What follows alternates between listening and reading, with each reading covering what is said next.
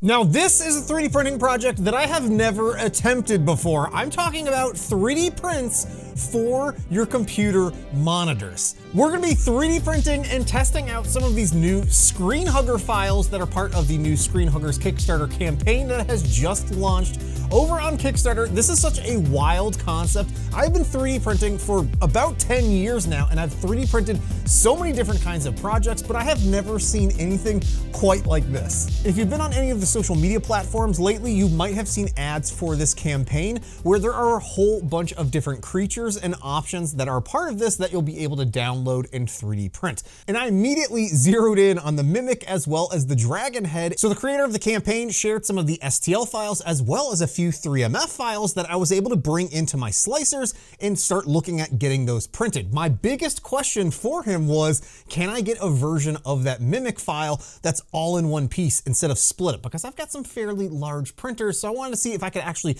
print that rather than cut up in a whole bunch of parts instead of just maybe one or two. And most of these files have already been pre-set up so that you can get them printed on pretty much any 256 by 256 by 256 build volume 3D printer, which narrows it down to about a zillion different printers that are out there now. The other thing that I'm interested in testing out is just how heavy these will be when it comes to sitting on top of your monitor. So to keep this as light as possible, the default infill setting that they recommend is a 5% infill, and I'm just gonna be using PLA for these core prints. I'm also gonna be using the adaptive infill, but you could probably use any other infill pattern that you'd like. I'm also gonna be supporting all of these prints where needed using organic tree supports, using a 30% overhang angle, as well as my top Z distance set to a 0.26 or a 0.28. So I ended up getting all of the parts sliced and printing over on my Prusa XL, my Bambu Lab H2D, and my Snapmaker U1. And depending on some of the parts and what printer you're working with, this could range from anywhere between 12 hours and 24 plus hours to get some of these parts printed. I should also mention I'm printing everything at a 0.2 layer height, so I'm probably gonna have to do a little bit of sanding when it comes to finishing these, but I'm gonna try and keep it to a minimum where possible,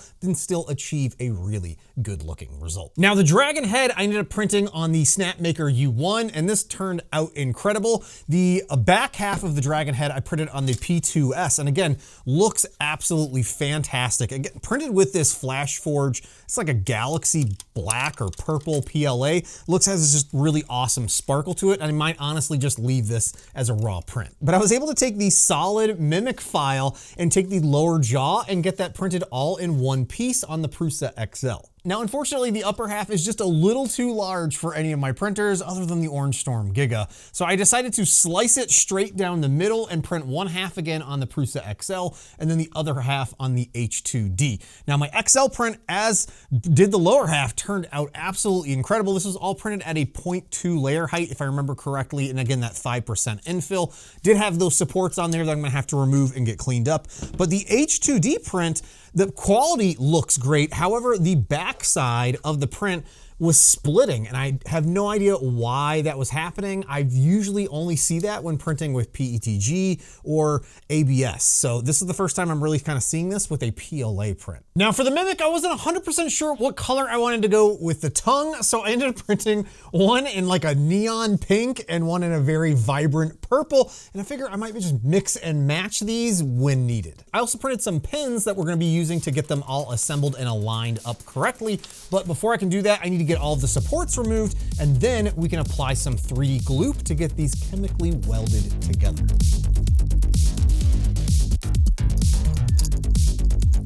Now, I'm not gonna be worried too much about sanding this, but I do wanna focus in on this large eyeball as well as that seam that runs down the middle. So to help try and take care of that, what I'm gonna do is apply some 3D printing resin to the top coat surface of those areas to try and help fill in and smooth out some of those areas. Now, I'm just gonna brush that on and work in and try and fill in some of those crevices. And again, not too concerned because we are gonna be painting this, and I think we're gonna be able to cover up, for the most part, most of the layer lines that we see from our 3D prints. Then I can use a UV pen to start curing that resin that I've just painted on. And after 3 quick passes with the UV resin and the UV pen, that seam is really smooth along with that big main eyeball. Now, for this other larger crack, instead of using the UV resin, you could use that along with mixing some baby powder to help fill it in, but instead, I'm just gonna use some wood filler. Now for the Mimic, I ended up applying a little bit of that UV resin to the teeth area. I just did one coating there just so that it would be a little bit smoother when it comes to actually finishing and painting that. But the wood filler here is looking really good with filling in any of those gaps that we had from combining the two parts together. And then I'm just gonna give those a very, very light sanding before we apply some primer to this. I'm also gonna be trying some primer that I've never used before. This is from Seymour. This is their PBE, and it's a filler primer that supposedly works really well at filling in some of those print layer lines. The big benefit of this primer is that it not only helps fill the layer lines, but it also dries incredibly quickly. But I have one really big challenge when it comes to getting this primed and painted, and that it's absolutely freezing outside and a ton of snow everywhere. It is so cold out. My fingers are absolutely frozen. 10 out of 10 would not recommend painting in the snow. And this is looking really good after one wet coat. I did like as best I could, a light coat, and then it immediately followed up with a heavier coat.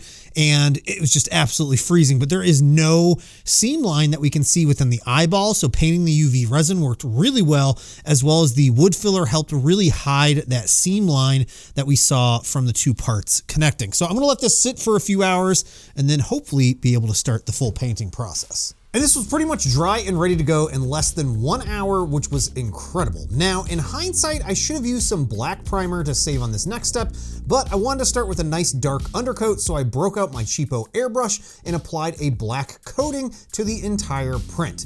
You could easily brush this on as well, or you could just use some black spray paint. Once I got done airbrushing some of the black on, I'm just taking some of the brown paint and painting it on into the areas for the wood grain texture. And I'm just gonna be layering my paints. So I'm just taking a small amount of different shades of, let's say, brown and other colors that we'll end up be using. And I'm just gonna be layering those on top of each other, going one section by section and continually building up the color as we're working on this. And one thing that I really love about this kind of project is that there's no wrong way about going about painting these. I'm just going, again, with a whole bunch of different passes of different shades of brown to get this wood texture and using the black undercoating to my advantage to allow it to capture some of the recessed details of the wood grain. I'm also gonna be making sure anytime that I'm applying color, I'm gonna be starting with the darkest shades first. So I'm gonna be starting with the darker browns and then working my way up to lighter shades of brown. And the same will go for the skin tone of our Mimic. You can also use a hairdryer on the lowest setting to help speed up the paint drying between applying layers of paint. To help lighten the wood and help show some of the textures, I'm gonna be using a basic dry brush technique where you apply a little bit of paint to your brush and then brush off most of the paint on a paper towel or a dry palette and then lightly pass over the surface of your model. Now for the Mimic skin, I'm gonna be breaking out a lot of different green paints, and again, I'm gonna be starting with the darkest green that I have and working my way up to the lighter shades of green, making sure to leave a lot of the darker black recessed areas. And while I'm getting the Mimic skin painted, let me tell you a little bit more about the ScreenHuggers Kickstarter campaign. There are 10 unique designs for your monitors ranging from Kong, an orc, a zombie,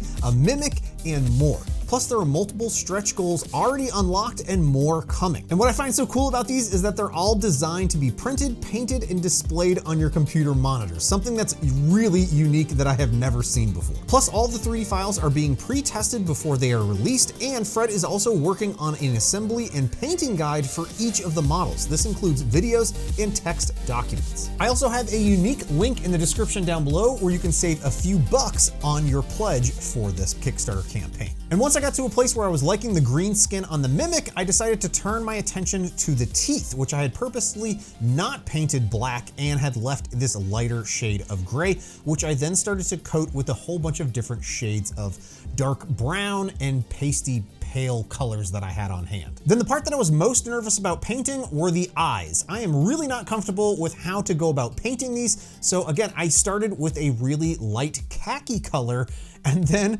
started just applying multiple layers to where I got a nice base coating, and then started applying some darker shades of red in the corner, working my way up to the center of the eyeball. And then for the pupil, I went with a nice dark black right into the center where it was slightly looking off to the side, and went with a really unique shape for those pupils. And then one of the last steps was to apply this really vibrant green tester's paint to anywhere that I wanted to look like it was drooling slime. And I'm really liking the results that I've been getting from painting this. It's looking fantastic, but one thing that I wanna do is make the eyes pop a little bit more. They're just kind of still a little flat looking. So I wanna try something that I've never done before, which is applying some of this UV art resin, which is different than your 3D printing resin, but in all honesty, you could probably use some clear UV 3D printing resin, and I'm gonna coat this on the eyeballs and then cure it with some UV light to give it a little bit more of a glossy finish. This should cure it in place and still remain nice, glossy, and clear. This is looking so much better after applying the UV resin to the eye and letting it cure for about 1 minute. Now I just need to apply it to the rest of the eyes. Now, once you've got your ScreenHugger printed and painted and ready for installation,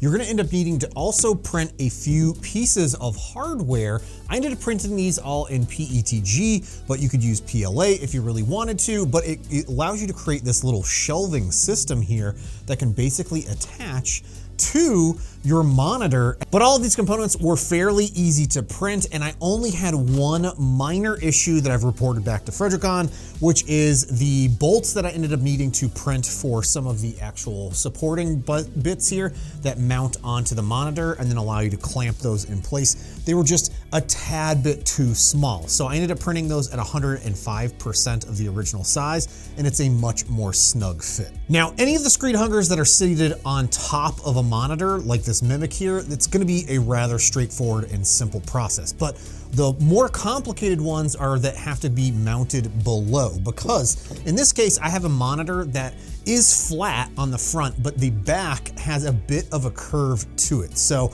the actual under supporting brackets here that you want to have clipped underneath don't want to actually bolt in place and stay in place. So what I'm gonna do instead is just use some double-sided 3M tape to get this secured and mounted on the underside of this monitor. And then any of the accessories like the tongue or hands or weapons that are side mounted just have these little clips here. You can insert them in, glue them in place, and then mount them on the corner of your monitors. And how awesome does this look once everything is fully set up here? I didn't even paint the dragon, and it's just a raw 3D print, and this still looks crazy cool here on the monitor. But the Mimic fully painted, this is exactly what I'm talking about. This is so friggin' awesome. I am absolutely loving this concept and all these different file options that come with this ScreenHugger project. Now, I ended up using the actual 3D mounts. These are the printable mounts that mount everything to the monitor here so that you can mount the actual Mimic and the tongue, and then the under part as well. So if I turn this around to back, you can actually see where those just bolted in place and held in there. But if I had wanted to mount this on this particular monitor here, these command strips fit perfectly inside of that printable mount, and I should be able to just actually put that directly into this, which is where I might end up with this in its final location. And for the dragon, I ended up using those same command strips just to mount it to the back plate here. This way I can take it off if I ever want to actually go back through the process of getting this weathered and painted. This was such a fun project for me to put together and get finished and fully up and mounted here on my monitor. You'll definitely be seeing this fully on display anytime I'm working here in my office. This again is a Kickstarter campaign for a set of 10 different files. There are also a whole bunch of stretch goal options as the campaign progresses and more people fund this campaign. There will be more of these ScreenHuggers released as part of this whole project. And I've even backed it myself so that I can get access to all of the other ScreenHugger files. And I'm particularly interested in seeing if I can scale up some of these and actually mount them to my TV. Now, the only call out that I have for anybody that's interested in backing these is to be mindful of the type of monitor that you're working with. If you have a curved monitor, I'm not entirely sure how well these will work with that. Maybe there is a way to adapt some of the mounts for the tops of the monitors to fit those curved setups. But right now it's really designed for any that have that flat front top panel. Even this monitor here has a curved back to it, and I was still able to get the dragon head mounted just fine. I want to say a quick thank you to all my Patreon supporters for your continued support and me making videos just like this one here. And if you're interested in backing the ScreenHuggers campaign, as well as printing some of these for yourself, I'll have a special link down below, which will help save you a handful of bucks off of your pledge for these incredible 3D files. I want to say thanks so much for watching all. Hopefully you enjoyed, and I'll see you next time. Bye now.